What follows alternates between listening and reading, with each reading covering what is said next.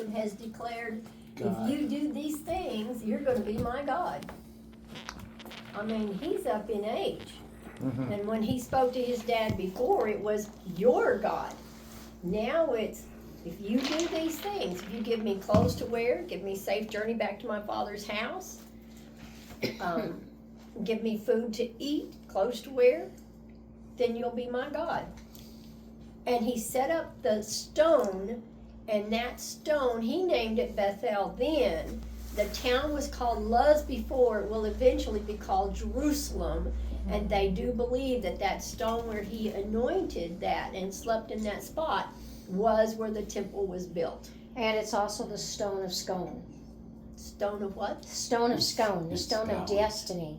It was exiled during Solomon's reign. That stone was exiled with his daughters, and it went through Europe, and there was a battle between Scotland, Ireland, and England. And England confiscated it, and this because the stone is a portal. Okay. Where that stone is an open portal. Yeah. And so that's why he took it with him, because there was an open portal of the angels. And there was a divine connection. He received a divine connection when he had his head on that stone. That stone was then exiled into Europe. And while it was exiled into Europe, there was a battle, and King Edward took the stone and he built a throne around the stone. Put it Wow. in the throne. That is the throne in which all monarchs of Great Britain are enthroned upon. Mm-hmm. And the reason that this stone still exists today is because the lineage of the monarchs of Great Britain through Elizabeth I and Edward go back to David. Oh, really? The lineage of David. That is why there's an aura about them that people don't understand. Okay. You know, America goes blah, blah, blah, but they don't understand the prestige of it. And this stone of scone is Jacob's pillow. Mm-hmm. And it is still alive today, I should say. It's still there today in Edinburgh Castle in Scotland. In Scotland. The Queen gave it back to Edinburgh several years ago. I can't remember the date. But I did a major study on this stone. And this stone is literally, and Karen could confirm it because she was in Edinburgh when her granddaughter was doing the Irish dance, world dance. She was in the contest for world dancing. And they went to Edinburgh Castle, and she said when she saw the stone, it's an open portal. If you have the spirit willing, and you go there, you can actually access that portal. Wow. And so every monarch that has been put from Great Britain on that stone has all been anointed with the sacred oil of Israel. It's not an oil that somebody makes, it's an Israeli oil. And it's poured on him and the stone. Wow. So this is very important when you read this in Abraham, how history is still there today. Yes, yes. And it repeats itself. Yes, it does. And so I had to share that because this is like one of my most favorite topics in the world. Okay, that's great, because I did not know those things. It went to Edinburgh, I can't remember the year, but it went back. They went up and took it. Yeah, some people stole it. Well, it was Brits stolen in the stole it. 1960s by some Was it teenagers. recent? Is it like Yeah, in it was like, 2000? yeah.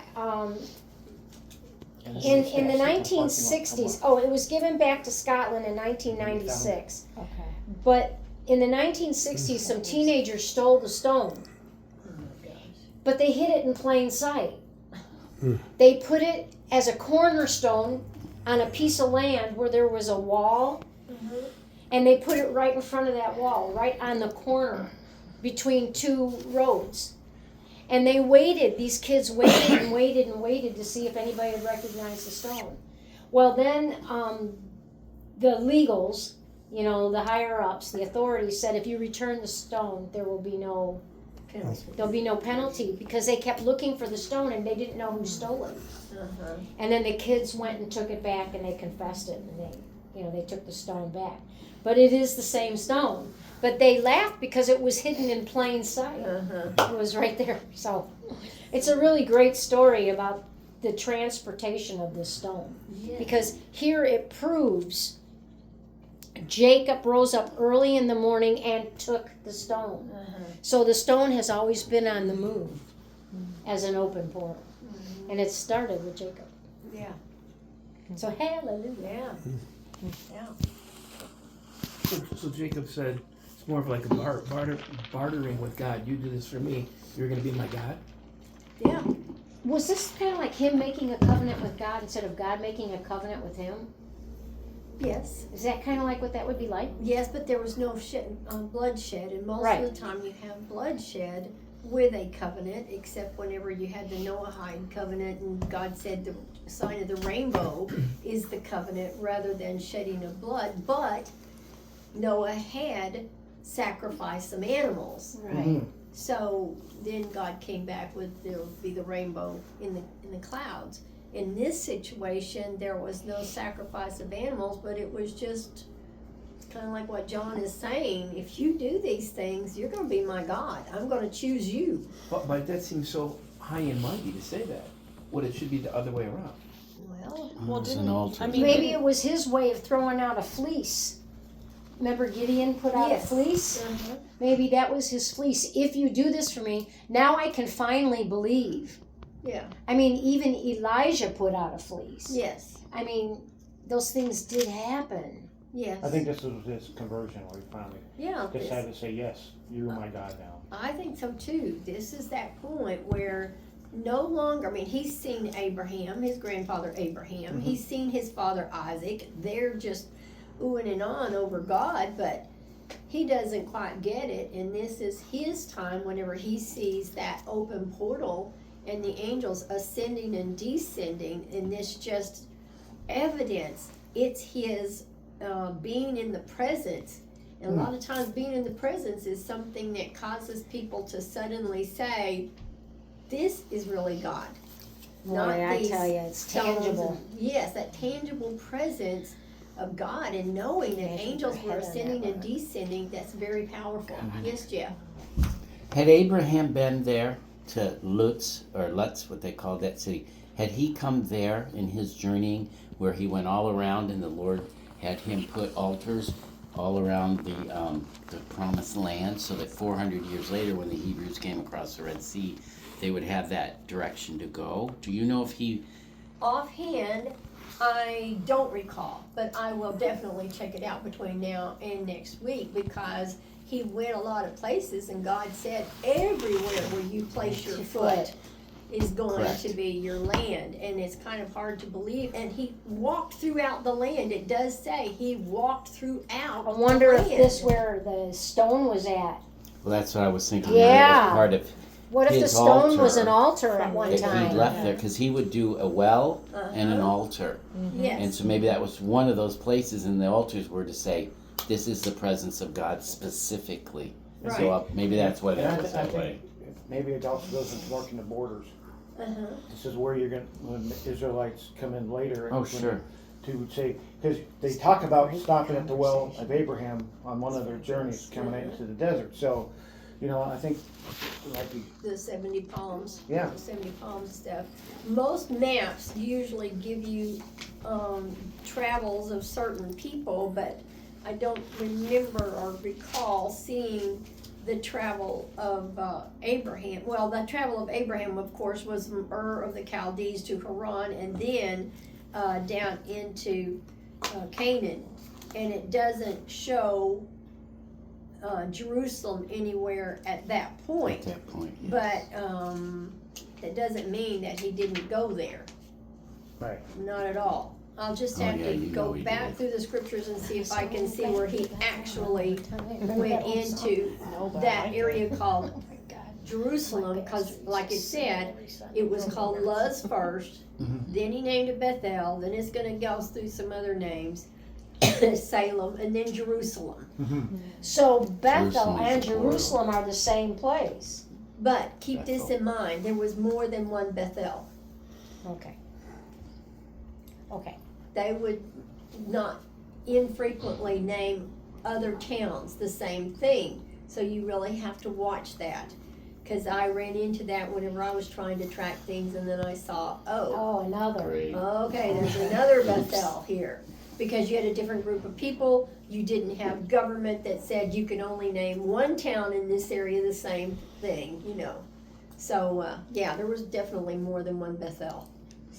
And then more than one Bethel down the road too. Wow. Yeah, yes, so you have to watch the duplicates of names. Okay, well, now we're ready to move on, and Jacob has arrived in Padan Aram. And, John, would you read some of that, please? And Jacob continued on his journey, and came to the land of the eastern people. There he saw a well in a field, with 3 flocks of sheep lying near it, because the flocks were watered from that well. The stone over the mouth of the well was large. When the flock were gathered, the shepherds would roll the stone away from the well's mouth and water the sheep. They then would return the stone to place it over the mouth of the well. Jacob asked the shepherds, "My brothers, where are you from?" "We are from Haran," they replied. He said to them, "Do you know Laban, Nahor's grandson?" "Yes, we do know him," they answered. Then Jacob asked them, "Is he well?" "Yes, he is," they said. Here comes his daughter Rachel, Yeah, Rachel. with the sheep. Look ahead. The sun is still high, and it is not time for the flock to be gathered. Water the sheep and take them back to pasture." "We can't," they replied, "until all of the flock are gathered and the stone has been rolled away from the mouth of the well. Then we will water the sheep." While he was still talking with them, Rachel came with her father's sheep, for she was a shepherdess. When Jacob saw Rachel's daughter of Laban, his mother's brother, and Laban's sheep, he went over and rolled the stone away from the mouth of the well, and watered his uncle's sheep. Then Jacob kissed Rachel and began to weep. He had told Rachel that he was a relative of her father's and her son of Rebekah, so she ran and told her father. As soon as Laban heard the news about Jacob, his sister's son, he hurried to meet him. He embraced him, kissed him, and brought him to his home. And there Jacob told him all these things. Then Laban said to him, "You are my own flesh and blood." Jacob, Morris, Leah, and Rachel. After Jacob had stayed with him for a whole month, Laban said to him, "Just because you are a relative of mine, you should work for me for nothing? Tell me what your wages should be." Now Laban had 2 daughters. The name of the oldest one was Leah, and the name of the youngest one was Rachel. Leah had a weak eye, but Rachel was lovely in form and beautiful. Jacob was in love with Rachel and said, "I'll work for you 7 years in return for your youngest daughter Rachel." Laban said, "It's better that I give her to you than some other man.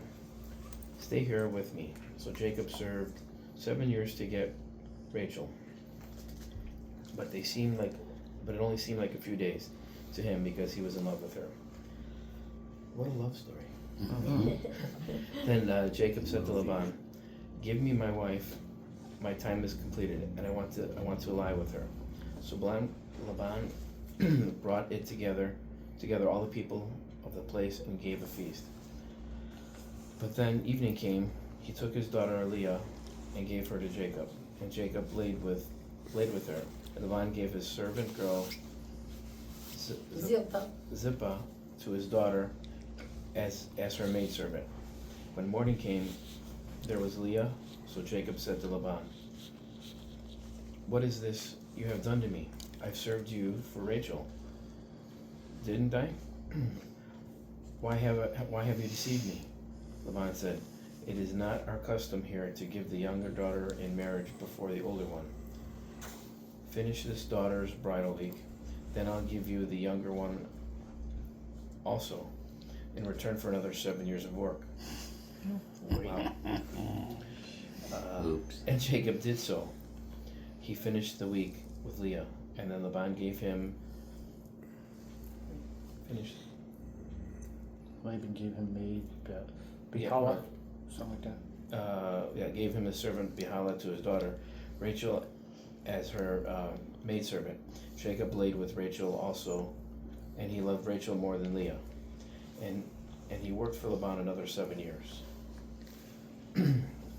Jacob's children. Well, my question is there, how did he not know that was Leah? Unless he got pretty well wasted or something. No. You know, at the wedding feast. Well, they were adorned with clothing that they didn't see their faces. Yeah, but you didn't recognize her till the morning? Right, right. Well, it was dark out. And dark That's in. what always It was a half a pack. Take a guess. This is always fascinating me about the story. How did he not know? Women believe that about men. They can do that. Yeah. Oh, Was that common practice in the day to have two wives? In certain cultures, but most of the time, multiple wives are only by the royalty. mm. And Your nobles. kings and Nobles. nobles. Not your common people would have more than one wife, but nobles would. Okay, now, let's see, where were they? 29.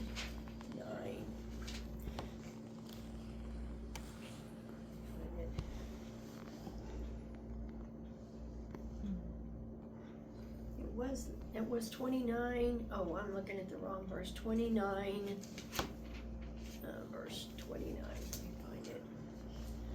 Yeah, it was 24, and the wedding was at 22. Okay, this is rabbinic commentary. Living up to his reputation as a deceitful rogue, Laban or Laban substituted Leah for Rachel on the wedding night. He was a deceitful rogue anyway. Remember, he changed Jacob's wages 10 times? Jacob and Rachel expected Laban to attempt such a deception, and they prepared against it by arranging a secret signal between them. Seeing that they were about to substitute her sister Leah for her, however, Rachel confided the sign to her sister so that Leah would not be put to shame. Laban magnanimously presented the bride with Zilpah as a maidservant, but this was part of his ruse. Zilpah was the younger of 2 maids in the household, and it was assumed that she would become the maidservant of the younger sister, while Bilhah, the older maid, would become the servant of Leah. Thus, by presenting Zilpah to the bride, Laban fortified the deception that she was Rachel. All of Laban's machinations, however, could not have succeeded had not God wanted them to. For it is illogical to believe that Jacob could not have detected something amiss until the morning. Yeah. Right. Despite Rachel's incredible unselfishness and Laban's equally incredible dishonesty, the marriage to Leah took place unimpeded because God's plan required that Jacob and Leah become husband and wife. In fact, in a real sense, she became his primary wife because she had as many sons as Jacob's 3 other wives combined, and she, not Rachel, was buried with Jacob in the cave of Machpelah. Oh, yeah.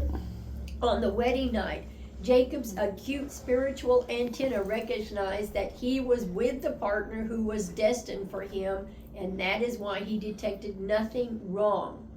Now, another commentator, McTav, whatever, explains the respective roles of the 2 sisters.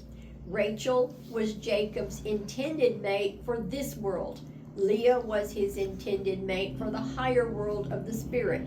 Rachel was the wife of Jacob, and Leah was the wife of Israel, the name signifying his higher spiritual role of the future. Wow. Well, that's an interesting take. Yeah. So they are, so he already knew. He knew. And this was actually the way God wanted it to go anyway. That's what they're But see, saying. then that goes back to where you talked about royalty, because, he later becomes like a prince, right? Or in the royal. So he's setting up the kingship. You could say that, yeah. Okay. But that's the Got it. way they explain the fact that a guy couldn't tell one girl from another. Yeah, but when they said Rachel was in on it too, and then there was a signal that they created, I could see. Yeah, but he also knew the culture. Yeah. He had to have known the culture. Yeah. And that's why they set up those signals, because they knew Laban was gonna deceive them in some way. Yeah, but they knew the culture that the oldest couldn't not be married. Yeah. So what did he get? He got a double portion of what he wanted. You know. Yeah. Yeah, and he got 7 more years out of work out of him. Right. And that, Yeah. yeah, slavery for 14 years. And 4 women. Yeah, Not just one, but 4 women. Wow. yeah, absolutely. But it kept it all in the family line. Exactly. What, were the maidservants sharing in everything? Oh, you're gonna see. Oh. Yeah, remember when you go back, This is better than a soap opera. when you go back in 28, it starts too talking excited about when about he had when he had that dream about being as much as the sand or whatever. So I guess that would take a few more than a couple. Yeah. Okay. Yeah. Okay. So now then, Jeff, would you read starting with verse 31?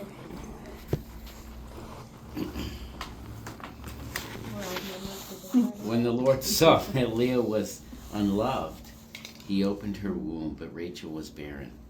So Leah conceived and bore a son, and she called him Reuben. For she said, the Lord was surely looked on my affliction. Now therefore my husband will love me. Then she conceived again and bore a son, and said, because the Lord has heard that I am unloved, he has therefore given me this son also. And she called his name Simeon, said, and said, now this time my husband will become attached to me, because I have bore him 3 sons. Therefore his name was called Levi. And she conceived again and bore a You son, should have bought the jeans and yesterday. said, I will praise the Lord. Therefore she called his name Judah. And then she stopped bearing. Okay, now one thing I want you to know is that Judah means praise. Okay. Finally, she's praising the Lord. She's trying to get over resentment. And she finally praises the Lord. And that's very important. And Judah means praise. And she doesn't hesitate in calling God her God. No. Not at all. Where the men tend to, up to this point, kind of like, oh, well, you got to give me something. She didn't even think nothing about it. Right, right. Yeah. Because she didn't have a kid, she didn't feel she was loved? Well, That's a big now deal. Rachel doesn't have children yet, but Leah is having one after another. She's just had 4 kids, and Rachel hadn't had anybody yet. He's been one busy man. That's right. There were no That's right. TVs back then. No There TV. was no TVs back then. That's right. Or Facebook or Yeah. Or anything. Okay. Jeff, would you read a little bit more, please? Now when Rachel saw that she bore Jacob no children, Rachel envied her sister and said to Jacob, give me children, or else I die. And Jacob's anger was aroused against Rachel, and he said, am I in the place of God, who has withheld from you the fruit of the womb? So, she said, here is my maid, Bilhah. Go in to her, and she will bear a child on my knees, that I may also have children by her. Then she gave him Bilhah, her maid, as wife, and Jacob went to her. And Bilhah conceived and bore Jacob a son. Then Rachel said, God has judged my case, and he has also heard my voice and given me a son. Therefore she called his name Dan. And Rachel's maid Bilhah conceived again and bore Jacob a second son. Then Rachel said, with great wrestlings I have wrestled with my sister, and indeed I have prevailed. So she called his name Naphtali. When Leah saw that she had stopped bearing, she took Zilpah, her maid, and gave her to Jacob as a wife. That's the younger one And Leah's maid Zilpah bore Jacob a son. And then Leah said, a troop comes. So she called his name Gad. And Leah's maid Zilpah, it's nice you waited till we get to these. And Leah's maid Zilpah bore Jacob a second son. I'm getting lost. And then Leah said, I am happy for the daughters will call me blessed. So she called the name Asher. Now Reuben went in the days of wheat harvest and found mandrakes in the field and brought them to his mother Leah. Then Rachel said to Leah, please give me some of your son's mandrakes. That's like food, right? It's It's a plant, It's an herb. like I thought it was a mandrakes. flowering plant at the But time. then she said to her, it is a small matter that you have taken away my husband. Would you take away my son's mandrakes also? And Rachel said, therefore he will lie with you tonight for your son's mandrakes. When Jacob came out of the field in the evening, Leah went out to meet him and said, you must come in to me, for I have surely hired you with my son's mandrakes. And he lay with her that night. And God listened to Leah, and she conceived and bore Jacob a fifth son. Leah said, God has given me my wages, because I have given my maid to my husband. So she called his name Issachar. It is Issachar, okay. Uh-huh. Issachar. And then Leah conceived again and bore Jacob a sixth son. And Leah said, God has endowed me with a good endowment. Now my husband will dwell with me, because I have bore him a six sons. So she called his name Zebulun. Afterwards she bore a daughter and called, finally, her name Dinah. And then God remembered Rachel, and God hastened to her and opened her womb. And she conceived and bore a son, and said, God has given away my reproach. So she called his name Joseph, and said, the Lord shall add to me another son. Okay, so, yes, to answer your question, yes, he's sleeping with all of them, and they're bartering over him. Yeah. Or they're buying and selling each other. Yeah. Sounds like Hugh Hefner. So then, who You're too is legal the today. firstborn of the first wife Yes, the next? that he should be, but something's gonna happen with him that he messes it up. Oh, yes, I It's remember new, now. about time. Yeah, he's gonna mess it up, so, but, yes, he should have been. The one with the double portion and all of that. So we have Leah, and she's got all, 6 sons, and you've got Zilpah and the other maid. They each have 2 apiece, and now finally Rachel gets to have a son. But Rachel was the one who was loved all along, and she gets to finally have a child, and it takes away her disgrace from being that one. So we're building it up here. We've got everybody but one now. There's another son that's going to be born to Rachel, as she had said. She said, may the Lord add to me another son. That's what she wanted. She will eventually get that. How many years are we looking at in that paragraph? Really not very long. What do you figure with for women, it can be pretty quick. It The can, ages can't be that far apart. right, they're not really all that far apart, although it is a number of years before the next son, Benjamin, is born. Because he's so smooth. And so those boys at a very young age are out there tending flocks. Mm-hmm. I mean, Well, they have back no in choice. those They gotta days. work for their keep. yeah, back in those days, well, you saw Rachel. There she was, just a young girl, and she's not the oldest child, but she had good vision. She's out there tending sheep with the guys. Mm-hmm. And they're just sitting out there, you gotta go do this. So girl or guy, didn't matter. And they went to work. It's So just they like were on the fairly farm, young. Rob. Uh-huh. By the time you're 5 years old, you're down in the milk house. Yeah, yeah. Is this accurate in the sense that in our society we kind of look as men, and then things all come out from men?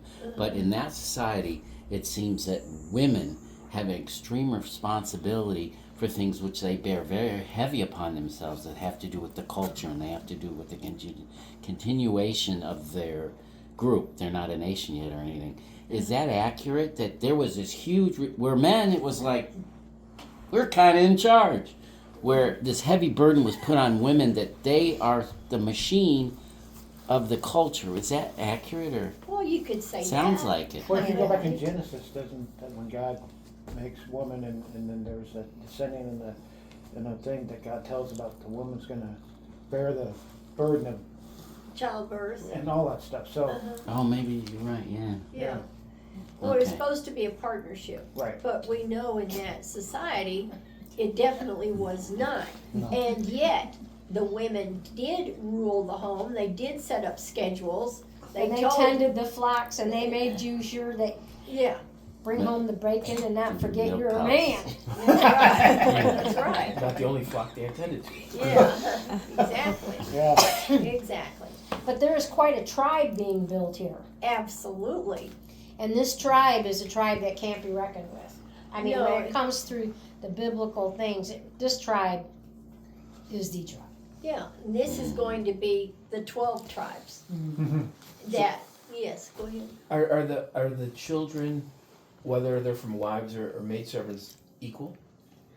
We're going to see, no, they're not equal in the strictest sense of legality, but they are equal before God and before Jacob.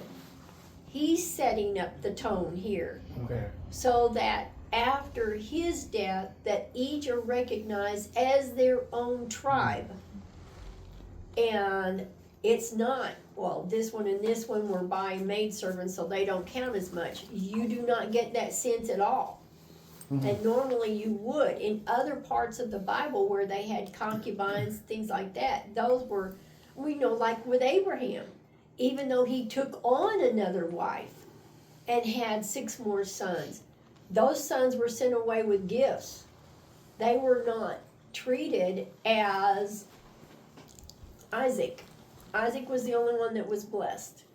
So, But we have Yeah, to it just remember depends. here too, I think, that we're talking about genuine love. First a covenant that he made with God, and then love. And when we think about all the tribes that are coming forth, the various different women, we're looking at the different cultures that are now going to be placed throughout the world. You know, God had a plan to multiply the world. I mean, you're going to have good, you're going to have bad, you're going to have this, you're going to have that. Because the greatest thing about God that I have always felt is that he's not a God of dictatorship. He's a God of choices.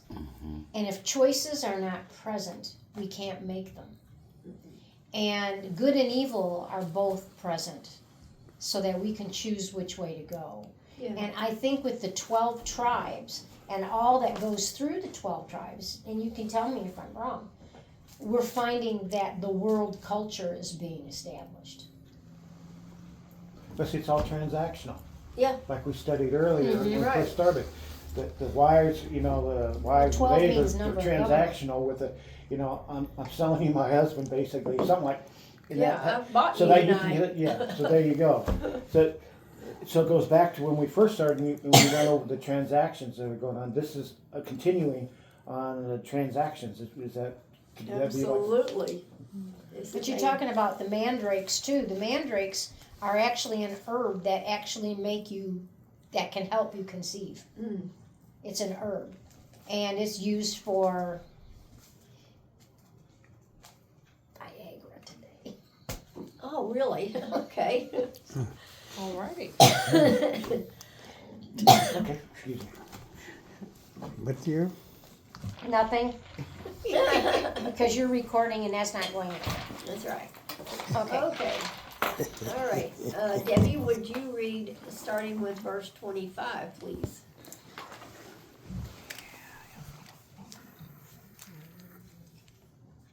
Of which chapter? 30. Oh, I thought we were still in 30. 25. Uh-huh. And it came to pass, when Rachel had borne Joseph, that Jacob said to Laban, "Send me away, that I may go to my own place and to my country. Give me my wives and my children for whom I have served you, and let me go, for you know my service which I have done for you." And Laban said to him, "Please stay, if I found favor in your eyes, for I have learned by experience that the Lord has blessed me for your sake." Then he said, "Give me your wages, and I will give it." or name me your wages, and I will give it. So Jacob said to him, You know how I have served you, and how your livestock have been with me. For what you had before I came was little, and it has increased to a great amount. The Lord has blessed you since my coming. And now, when shall I also provide for my own house? So he said, What shall I give you? And Jacob said, You shall not give me anything. If you will do this thing for me, I will again feed and keep your flocks. Let me pass through all your flock today, removing from there all the speckled and spotted sheep, and all the brown ones among the lambs, and the spotted and speckled among the goats, and these shall be my wages. So my righteousness will answer for me in time to come, when the subject of my wages comes before you. Every one that is not speckled and spotted among the goats, and brown among the lambs, will be considered stolen if it is with me. And Laban said, Oh, that it were according to your word. So he removed that day the male goats that were speckled and spotted, all the female goats that were speckled and spotted, every one that had some white in it, and all the brown ones among the lambs, and gave them into the hand of his sons. Then he put 3 days' journey between himself and Jacob fed the rest of Laban's flocks. Now Jacob took for himself rods of green poplar, and of the almond and chestnut trees, peeled white strips in them, and exposed the white which was in the rods. And the rods which he had peeled he set before the flocks in the gutters, in the watering troughs where the flocks came to drink, so that they should conceive when they came to drink. So the flocks conceived before the rods, and the rods brought forth streaked, speckled, and spotted. Then Jacob separated the lambs, and made the flocks face toward the streaked and all the brown in the flock of Laban. But he put his own flocks by themselves, and did not put them with Laban's flock. And it came to pass, whenever the stronger livestock conceived, that Jacob placed the rods before the eyes of the livestock in the gutters, that they might conceive among the rods. But when the flocks were feeble, he did not put them in. So the feebler were Laban's, and the stronger Jacob's. Thus the man became exceedingly prosperous, and had large flocks, female and male servants, and camels and donkeys. Okay, a Powerful. couple things that I want to point That's out. powerful. Back in verse 27, in my Bible it has it translated, I have learned by divination that the Divination. Lord has blessed me because of you. So they were using things other than God, and they knew of God, but they also used divination and any other means that they could to tell things about the future. So Laban was doing that? Yes, Or- that's Laban. Okay. Yeah. Yeah, Sounds about right. of course, because he wants to head up on Jacob. He's a deceiver. So that was important. Now, what Jacob did was very smart, because the ancient shepherding contracts provided for a share between 10 and 20% of the flock, along with a percentage of the wool and milk byproducts. Dark and spotted animals typically represented a smaller proportion, ostensibly giving Laban the better deal. That's what Laban thought. That's what he Hey, thought. there's not that many dark and spotted sheep. Yeah. I'm getting the best deal.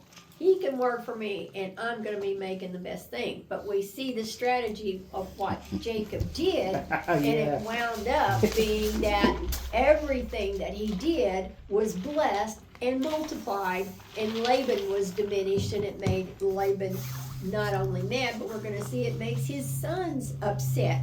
Now, the sons were not mentioned until we're getting ready to read now. And so that gives me the impression that the sons are younger than Rachel and Leah. Mm-hmm. That they came along shortly after those two, and now that they're old enough to be out there in the fields, which I can't prove that, but now that they're out there with dear old dad, and they're going, well, he's stealing from you. You know, you got to get rid of him. So Jacob has already worked 14 years for Laban. And now he's going to be working another 6 years to build up his flocks before he can head back home. So So who was under the spirit of divination?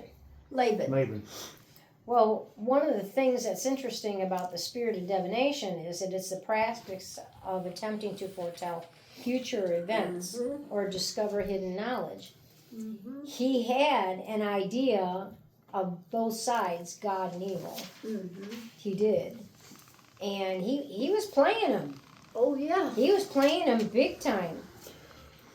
Doesn't the sons, when talking about Laban, maybe the sons are being referred Manipulation, to, control, doesn't when the narcissism. daughters gave Yes. birth All those things and today. the boys, they're still considered the sons of, say, Laban? It's all done. Yeah. In that culture, Laban says they're his. Yeah, that's what I You're thought. just a hired person, and those are my kids. That's right, okay. Yeah, and that's what he's gonna say. Even though in America we'd say, "Get lost, buddy." You know. I love America. Yeah. Okay, so here in the commentary, it says Laban went on to say that he had divined through occult means that he had become a wealthy man and been blessed with sons only because of Jacob's presence. He was blessed with sons. You see that? Mm-hmm. Laban may have been trying to make Jacob feel guilty for his departure would cause a disastrous fall in the fortunes of the family of his wives and Manipulation. children. Okay, so Narcissist. Yeah. yeah, exactly. Manipulation, Okay. control, narcissism. Right. Oh my gosh. Exactly. So now I want to take a look back on the first page of your Ruth paper. And let's make sure that's filled in, and you can draw lines if you would like to, because we have in number 1, Terah, and then in line number 2, you've got Abram, Haran, and Nahor. Then letter A, the wife of Abram was Sarai, and she came from Haran. Okay. And then Haran had Lot, and Haran had Milcah. But Nahor and Milcah are married. Abram and Sarai are married. Now we see their descendants, Isaac, but Isaac's wife is over here under where Milcah and Reumah, that was the 2 wives of Nahor, they had Bethuel. That's a son. And Bethuel's wife, and he had Rebekah and Laban. So if you don't have Laban out there, we've got Rebekah and Laban, our brother and sister, and Rebekah is the wife of Isaac. So you may want to draw a line or something over there to Isaac, because we say that Rebekah and Isaac, and below Isaac we have 2 lines. It's Jacob and Esau. Those 2. And under Laban we have Leah and Rachel. Now he has other children, but those are the 2 that count in our story. What were the last 2? Leah and Rachel. Leah and Rachel. Leah and Rachel. Leah and Rachel. So we're still keeping it all in the family. Uh-huh. Building quite a tribe. Yes. Building it up. Okay. All right, so now. Okay, so now I just want to say this. Now we all know Okay. why none of our families are perfect. It started in the beginning. Yes. So quit blaming everybody. Yeah. That's right. That's right. Okay, so now it's time. It's been 20 years that Jacob has been gone from home. 24 years. And he says, well, and God tells him, it's time for you to go back. Time for you to take your place. So we're going to be reading that.